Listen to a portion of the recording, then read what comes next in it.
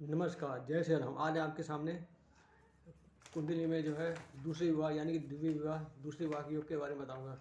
ऐसे तो भगवान ना करे कि किसी को दूसरे विवाह करने की नौबत आए, परंतु कुंडली में कई बार कुछ ग्रह ऐसे बैठ जाते हैं जिसके कारण जो है या ऐसी स्थिति पैदा हो जाती है कुंडली में या चलित में ग्रहों की स्थिति ऐसे हो जाती है जो तब इंसान दूसरे विवाह करने पर मजबूर हो जाता है।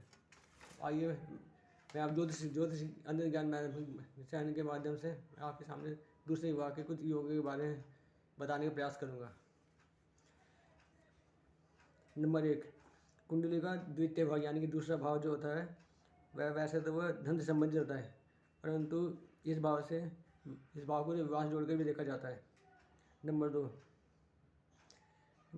द्वितीय भाव में जो पापी ग्रह जैसे राहु और केतु का होना व्यक्ति की दूसरी शादी के लिए जिम्मेदार होता है। यानी कि अगर जो किसी कुंडली में दूसरे भाव राहु या केतु विराजमान है तो उसके लिए दूसरे विवाह के योग बन जाते हैं। इस पाप प्रभाव के कारण व्यक्ति पहली पत्नी की मृत्यु के तुरंत बाद ही दूसरा विवाह कर लेता है। उसका अगला है जो है सातवें घर का संबंध विवाह से होता है। जैसे सप्तम स्थान का स्वामी कुंडली में जो होता है उसका संबंध जो विवाह से होता है। सातवें घर में शुक्र का प्रभाव व्यक्ति के जीवन में दो विवाह योग का बना था। यानी कि जो आपके जो कुंडली सप्तम भाव में यदि वहाँ में शुक्र बैठा है तो आपके जो है इसमें दूसरे विवाह का योग बनाएगा शुक्र ग्रह। उसके बाद जो है सातवें घर में शुक्र के साथ मिलकर चंद्र, बुध, बृहस्पति, सूर्य आदि मिलकर भी दो विवाह के योग बनाते हैं। मतलब कि जो है यदि सातवें घर शुक्र बैठा है उसके साथ में जो है चंद्र ग्रह, बुध ग्रह, बृहस्पति ग्रह, सूर्य ग्रह भी साथ में बैठे हैं तो वो भी दूसरे विवाह के योग बनाएंगे।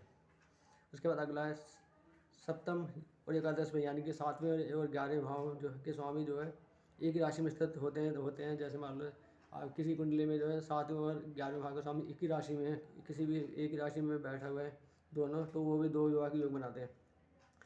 उसके बाद जो है द्वादश की तरह अष्टम भाव में यानी कि 8वें भाव में पाप ग्रह के रहने से भी व्यक्ति दूसरा विवाह होता है।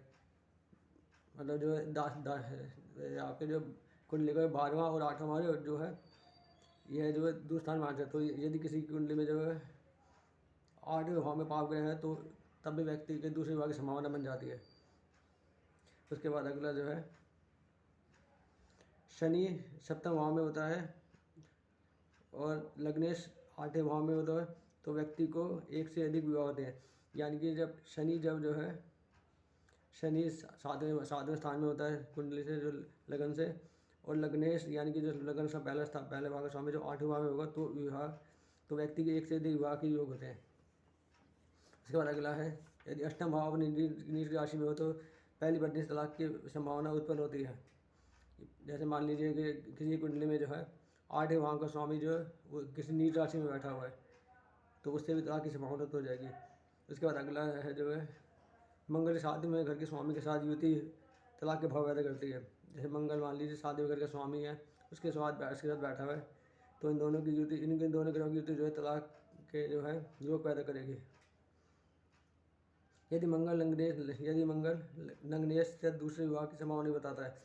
इसके अलावा मंगल 8वें घर के स्वामी के साथ विराजमान हो लेकिन 8वां घर का स्वामी अपने राशि में था तो व्यक्ति की कुंडली में विवाह के योग बनते हैं। इसके बाद अगला है राहु और केतु का बुरी अवस्था में होना व्यक्ति की कुंडली में दूसरा विवाह लेकर आता है। खासकर सप्तम भाव में राहु केतु का होना पहले विवाह में तलाक की संभावना पैदा करता है। मतलब कि जो है किसी भी व्यक्ति कुंडली में जो 7वें भाव में यदि राहु केतु बैठे हुए हैं तो उसको जो है दूसरा विवाह करवाएंगे, संभावना पैदा कर देते हैं दूसरे विवाह की। उसके बाद अगला जो है सप्तम भाव में सूर्य चंद्रमा का होना एक्स्ट्रा मैरिटल अफेयर की गुंजाइश पैदा करता है। मतलब जो सप्तम भाव में जो है अगर यदि किसी कुंडली में सूर्य और चंद्रमा बैठे हुए हैं तो वह जो एक्स्ट्रा मैरिटल अफेयर उनका होगा।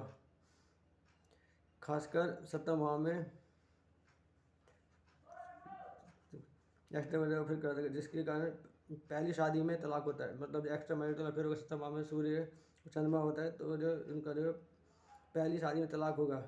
यदि सूर्य चंद्रमा दोनों ग्रह व्यक्ति की कुंडली के सप्तम दशम या लगन भाव में हो तो जातक का दूसरा विवाह होना तय होता है। मतलब कि जो है यदि ये चंद्रमा और सूर्य दोनों ग्रह व्यक्ति की कुंडली के सप्तम भाव, दशम भाव या लगन भाव में या पहले भाव में हो तो जातक दूसरा विवाह होना तय होता है। उसके बाद में अगला है, अब कभी कभी जो है, कभी कभी क्या होता है, जैसे किसी व्यक्ति के कुंडली में जो है गोचर में जो है शनि की जो ढैया और साथ आती चल रही होती है, तो उसके प्रभाव से भी कई बार ऐसा होता है कि व्यक्ति जितना रोक ले वो विवाह को नहीं रोक पाता, तो उनका तलाक होकर जाता है। शनि जब उल्टे चलते हैं यानी उनकी वक्र दृष्टि होती है, उसके कारण भी व्यक्ति कुंडली में जो है बहुविवाह के योग बन जाते हैं। इस प्रकार जो है, अब उसके बाद अगला है, शुक्र ग्रह सौंदर्य ऐश्वर्य विलासिता का कारक माना जाता है।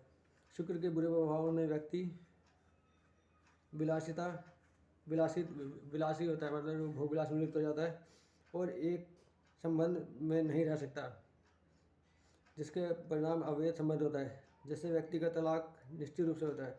मतलब कि जो है शुक्र का, किसी की कुंडली में शुक्र है जो विलासिता का प्रतीक है, उसमें जो है तो उसके शुक्र के बुरे प्रभाव के कारण जो है वो उसका बाहर अवैध संबंध जाता है, उसके कारण उसका जो वहाँ तलाक हो जाता है पहली पत्नी से, उसके बाद में जो निश्चित रूप से उसका दूसरा विवाह होता है। उसके बाद में जो है व्यक्ति के साथ ही भाव में तुला राशि के साथ शुक्र का होना भी दो विवाह के योग में रहता है।